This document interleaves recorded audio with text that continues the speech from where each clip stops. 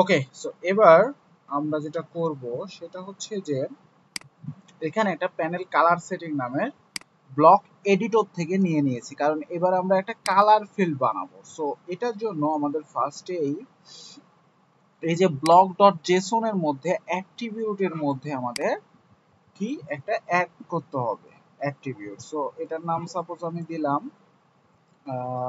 Name colour. Suppose নেমটাকে আমি করব, বাকিগুলো আপনারা করে নেবেন, ঠিক আছে, একটা দেখালে।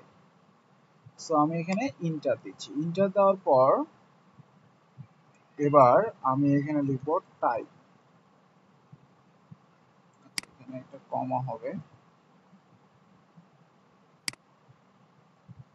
সো টাইপটা কি হবে? টাইপটা হবে স্ট্রিং।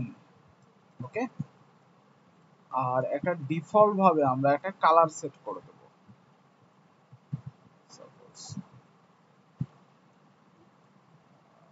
ডিফল্ট। সো আমরা ডিফল্ট ভাবে বলে দিতে পারি হ্যাশ, দেন একটা কালার কোড আপনি দিয়ে দিতে পারেন। সাপোজ হচ্ছে 0134, সাপোজ একটা কালার কোড। ওকে, এখন অ্যাট্রিবিউটটা তো আমরা অ্যাড করে ফেললাম। এখন আমাদের এই এডিটে আসি। এডিটের মধ্যে আমরা কি করেছি যে panel colour setting block editor থেকে নিয়েছি। এখন একটু নিচে আসার পরে আমরা এই যে এখানে কিন্তু অ্যাট্রিবিউটের মধ্যে এখন আমরা ওইটা পেয়ে যাব, তাই না? এর আগেও দেখেছি সেই সিস্টেম। তো নেম কালার, ওই অ্যাট্রিবিউটটা আমরা এখানে পেয়ে যাব। এখন আমাদের যেটা করতে হবে, এই যে এখানে সাপোজ আমি একটা কোডকে পেস্ট করতেছি যেটা প্যানেল কালার সেটিং।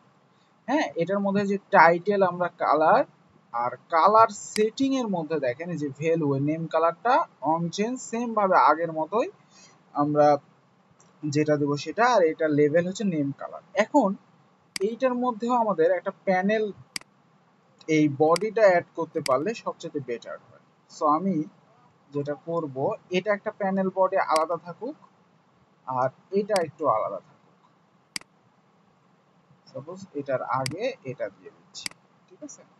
আর এই ক্লোজটাকে আমরা একদম লাস্টে দেব, অর্থাৎ এই প্যানেল কালার সেটিংটা আলাদা একটা প্যানেলের মধ্যে আমরা নিয়ে নিলাম। ওকে, এখন এইটার নাম আমরা টাইটেল হিসেবে দিলাম হচ্ছে, যেহেতু এইখানে আমাদের নেম গুলা করতে চাচ্ছি, সো এখানে দিতেছি আমরা name field. Suppose name field,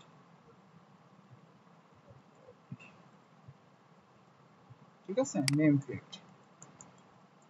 এখন দেখেন এখানে যে যেটা নিলাম প্যানেল কালার সেটিং উপরে যে ব্লক এডিটর থেকে, হ্যাঁ এই যে এটা, সো ওইটার মধ্যে জাস্ট আমরা একটা টাইটেল কালার সেটিং আর এখানে হচ্ছে কালার সেটিং এর মধ্যে লেভেল দিয়ে দিয়েছি, ঠিক আছে। সো এবার একটু নিচে আসি। নিচে আসলে আমরা এই যে এই নেমটাকে আমরা এখন ডিজাইন করব। তার আগে আমরা এটাকে সেভ দিই। সেভ দিয়ে এবার দেখি যে আমাদের এখানে স্টার্ট করা আছে। এবার আমরা আগে দেখি যে কালার সেটিংটা আমাদের এখানে পাচ্ছে কিনা,